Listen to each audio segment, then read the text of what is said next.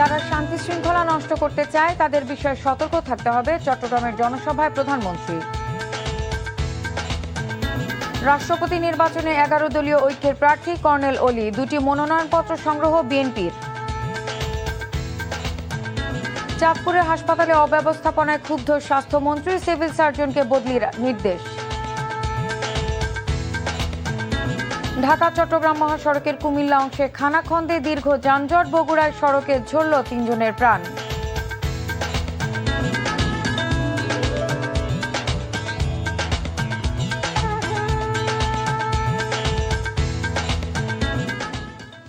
আসসালামু আলাইকুম, নার্গিস মজিদ লিমা স্বাগত জানাচ্ছি এনটিভির দেশের খবরে। আইগ্যাস ইউনাইটেড শিরোনাম দেখছিলেন, এবার পুরো খবর। প্রধানমন্ত্রী তারেক রহমান বলেছেন, দেশি বিদেশি বিনিয়োগ ঠিক রাখতেও যারা শান্তি শৃঙ্খলা নষ্ট করতে চায় তাদের বিষয়ে সতর্ক থাকতে হবে। দেশ ও মানুষ বিভ্রান্ত হলে ক্ষতিগ্রস্ত হবে দেশের জনগণ। আর আগামী 10 বছরের জ্বালানি, গ্যাস, বিদ্যুৎ নিয়ে সংসদে পরিকল্পনা উপস্থাপন করবে সরকার। বিভ্রান্ত না করে কোনো পরামর্শ থাকলে তা দেওয়ার আহ্বান প্রধানমন্ত্রীর। চট্টগ্রামের বাঁশখালী সমুদ্র সৈকতে বন্যায় ক্ষতিগ্রস্তদের 100 গৃহহীন পরিবারের হাতে নতুন বাড়ির চাবি প্রদান ও ত্রাণ বিতরণ শেষে এমন মন্তব্য করেন তিনি। ইফতেখার রেজার রিপোর্ট, ক্যামেরায় ছিলেন মৃধা মোহাম্মদ রিপন। চট্টগ্রামের বাঁশখালী উপজেলার বাহারছড়া সমুদ্র সৈকতে বন্যায় ক্ষতিগ্রস্তদের 100 গৃহহারা পরিবারের হাতে নতুন বাড়ির চাবি তুলে দেন ও ত্রাণ বিতরণ করেন প্রধানমন্ত্রী তারেক রহমান। আপনারা চাবিগুলো তুলে ধরেন।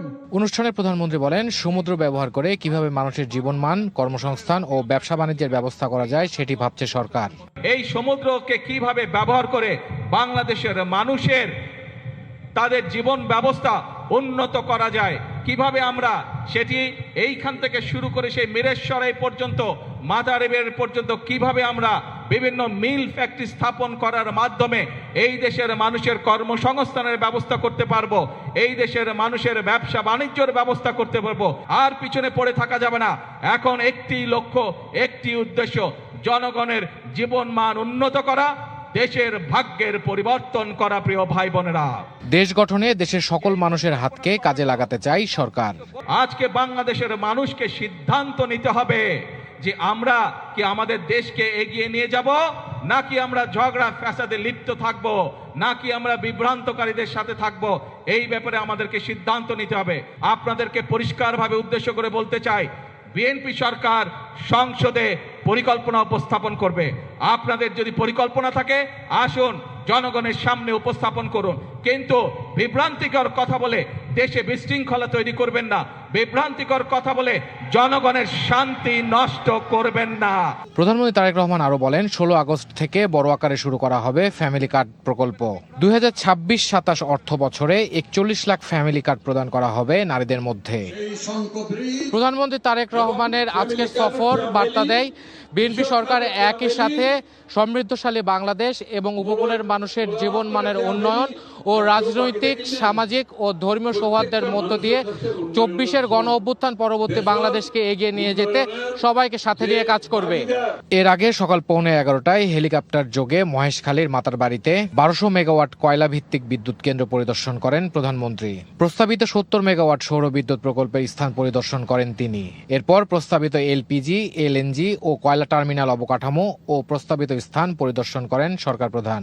মাতারবাড়ি কয়লা ভিত্তিক বিদ্যুৎ কেন্দ্র প্রকল্প নিয়ে এদিন প্রধানমন্ত্রীর কাছে বিস্তারিত তুলে ধরা হয়। পরিদর্শনকালে প্রধানমন্ত্রী দেশের বিদ্যুৎ ও জ্বালানির নিরাপত্তা নিশ্চিত করতে বিদ্যমান অবকাঠামোর সর্বোচ্চ ও দক্ষ ব্যবহার, প্রকল্প পরিচালনায় স্বচ্ছতা ও জবাবদিহি, নিয়মিত রক্ষণাবেক্ষণ এবং দীর্ঘমেয়াদী সমন্বিত জ্বালানি পরিকল্পনার উপর গুরুত্ব আরোপ করেন। Iftekhar Reza, NTV news, Banshkhali, Chittagong. রাষ্ট্রপতি নির্বাচনের জন্য নির্বাচনী কমিশন কার্যালয় থেকে 2টি মনোনয়নপত্র সংগ্রহ করেছে বিএনপি। সকালে নির্বাচন ভবনে গিয়ে এ মনোনয়নপত্র সংগ্রহ করেন জাতীয় সংসদের চিফ হুইপ নুরুল ইসলাম মনি ও রুহুল কবির রিজভী। সিইসি এএমএম নাসির উদ্দিন রাষ্ট্রপতি নির্বাচনে নির্বাচনী কর্তার দায়িত্ব পালন করছেন। প্রধান নির্বাচন কমিশনারের একান্ত সচিব আশরাফুল আলম জানান, সকাল 11টায় বিএনপির পক্ষ থেকে 2টি মনোনয়নপত্র সংগ্রহ করা হয়েছে। এ সময় সিইসি ও ইসি সচিব আক্তার আহমেদ উপস্থিত ছিলেন। 20 আগস্ট রাষ্ট্রপতি নির্বাচন হবে ঘোষিত তফসিল অনুযায়ী। 13 আগস্ট সিইসির কার্যালয়ে মনোনয়নপত্র জমা, 16 আগস্ট বাছাই ও 18 আগস্ট প্রার্থিতা প্রত্যাহারের সময় রয়েছে। আসন্ন রাষ্ট্রপতি নির্বাচনে বিরোধী দলের প্রার্থী হিসেবে এলডিপির চেয়ারম্যান ডক্টর কর্নেল অবসরপ্রাপ্ত অলি আহমেদের নাম চূড়ান্ত করেছে জামায়াতে ইসলামীর নেতৃত্বাধীন 11 দলীয় ঐক্য। রাজধানীর মিন্টো রোডে বিরোধী দলীয় নেতার সরকারি বাসভবনে প্রায় 1 ঘণ্টার বৈঠকে 11 দলীয় ঐক্যের পক্ষ থেকে জোটের শরিক এলডিপির সভাপতি অলি আহমেদকে রাষ্ট্রপতি পদের জন্য মনোনীত করা হয়। রাষ্ট্রপতি হিসেবে অলি আহমেদের নাম ঘোষণা করেন বিরোধী দলীয় চিফ হুইপ ও এনসিপির আহ্বায়ক নাহিদ ইসলাম। পরে জামায়াত আমির ও বিরোধী দলীয় নেতা ডাক্তার শফিকুর রহমান বলেন, রাজনীতি স্বচ্ছ ও প্রতিযোগিতামূলক হওয়া উচিত। জাতির কল্যাণে কোনো আপোষ চলবে না বলেও জানান তিনি। রাষ্ট্রপতি পদের মতো গুরুত্বপূর্ণ পদকে বিএনপি দলীয় পদে পরিণত করতে যাচ্ছে অভিযোগ করে 11 দলের নেতারা বলেন, জুলাই সনদ অনুযায়ী নতুনভাবে রাষ্ট্রপতি নির্বাচনের প্রত্যাশা থাকলেও তা থেকে বঞ্চিত হয়েছে জাতি। আমরা দেশের কল্যাণের জন্য আমাদের বিবেচনায় সর্বোত্তম ব্যক্তিটাকেই আমরা এই দেশের প্রেসিডেন্ট পদে মনোনয়ন দিয়েছি। আপনারা দোয়া করবেন আমাদের প্রত্যেকটি কাজ যেন জাতির জন্য হয়, জাতির কল্যাণের জন্য হয়। আমরা এই ব্যাপারে ইনশাল্লাহ কোনো আপোষ করব না। বীর বিক্রম মুক্তিযোদ্ধা কর্নেল অলি আহমদ, উনি 11 দলের পক্ষ থেকে রাষ্ট্রপতি পদে প্রার্থী থাকবেন 11 দলের। চাঁদপুরে আকস্মিক সফরে গিয়ে হাইমচর উপজেলার স্বাস্থ্য কমপ্লেক্সের অব্যবস্থাপনা দেখে ক্ষোভ প্রকাশ করেছেন স্বাস্থ্যমন্ত্রী সর্দার মোহাম্মদ সাখাওয়াত হোসেন। একই সঙ্গে চাঁদপুরের সিভিল সার্জন ডাক্তার নূরে আলম দিনকে দায়িত্বে অবহেলার কারণে স্ট্যান্ড রিলিজ করার নির্দেশনা দেন তিনি। সকালে স্বাস্থ্যমন্ত্রী আকস্মিকভাবে হাইমচর উপজেলার স্বাস্থ্য কমপ্লেক্স পরিদর্শনে যান। এ সময় হাসপাতালের বিভিন্ন অব্যবস্থাপনা এবং স্বাস্থ্যসেবার চিত্র সরেজমিনে দেখেন তিনি। পরে চাঁদপুর সরকারি জেনারেল হাসপাতালে পরিদর্শন যান স্বাস্থ্যমন্ত্রী। বলেন, জনগণের সুস্বাস্থ্য নিশ্চিত করতে কাজ করছে সরকার। জলবায়ু প্রতিনিয়ত পরিবর্তন হচ্ছে, ফলে বাংলাদেশ ঝুঁকিতে রয়েছে উল্লেখ করে এ সমস্যার একটি বৈশ্বিক সমাধানের দাবি জানিয়েছেন তথ্য ও সম্প্রচার মন্ত্রী এম জহিরুদ্দিন স্বপন। বরিশাল নগরীর বেলস পার্ক মাঠে বৃক্ষরোপণ অভিযান ও মেলার উদ্বোধন শেষে আলোচনা সভায় কথা বলেন তিনি। এ সময় তথ্যমন্ত্রী বন বিভাগের যে কোনো উদ্যোগকে সহায়তা দেওয়ার প্রতিশ্রুতি দেন এবং সবাইকে সবুজায়নের গুরুত্ব বোঝার আহ্বান জানান। চুয়াডাঙ্গার জীবননগর সীমান্তে 3 জনকে বাংলাদেশে পুশিনের চেষ্টা করেছে বিএসএফ। তবে বিজেপির কঠোর অবস্থানের কারণে ওই পুশিন চেষ্টা ব্যর্থ হয়েছে। ভোরে মহেশপুর ব্যাটালিয়নের আওতাধীন জীবননগর উপজেলার মাধবখালী বিওপির দায়িত্বপূর্ণ এলাকায় সীমান্ত পিলার দিয়ে 3 জনকে বাংলাদেশে পুশিনের চেষ্টা করে বিএসএফ। এদের মধ্যে 1 জন পুরুষ ও 2 জন নারী। বিষয়টি বিজিবির সদস্যরা শূন্য লাইন থেকেই বাংলাদেশে তাদেরকে প্রবেশে বাধা দেন। এতে 3 জনই শূন্য লাইন থেকে প্রায় 40 গজ ভারতের অভ্যন্তরে ফিরিয়ে নেয় বিএসএফ। নওগাঁর সীমান্ত এলাকায় অপরাধ প্রবণতা কমাতে ও তরুণদের স্বাবলম্বী করতে বিজিবির মতবিনিময় সভা ও প্রশিক্ষণের উদ্বোধন করা হয়েছে। নওগাঁয় বিজিবির 16 ব্যাটালিয়নের বিশেষ উদ্যোগে সীমান্তবর্তী বেকার ও শিক্ষিত যুবকদেরকে কারিগরি প্রশিক্ষণ প্রদান করা হচ্ছে। সকালে সাপাহার উপজেলার আই ইউনিয়ন পরিষদ হলরুমে সীমান্ত টেকনিক্যাল ট্রেনিং সেন্টার ও প্রথম ব্যাচের শিক্ষার্থীদের প্রশিক্ষণের উদ্বোধন করা হয়।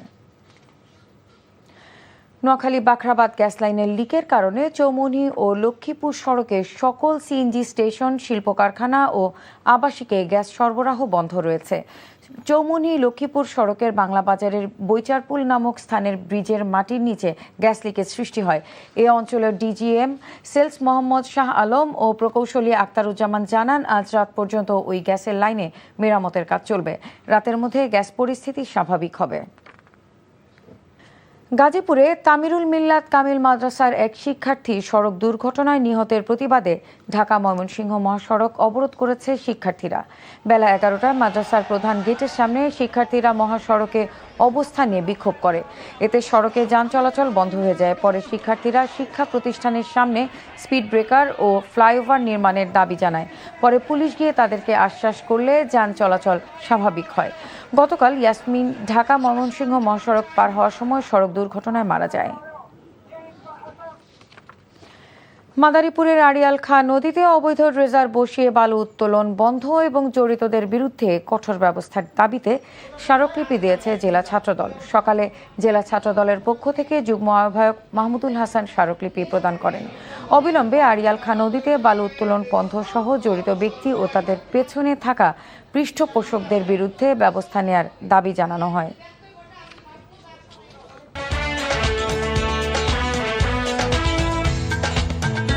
যারা শান্তি শৃঙ্খলা নষ্ট করতে চায় তাদের বিষয়ে সতর্ক থাকতে হবে, চট্টগ্রামের জনসভায় প্রধানমন্ত্রী।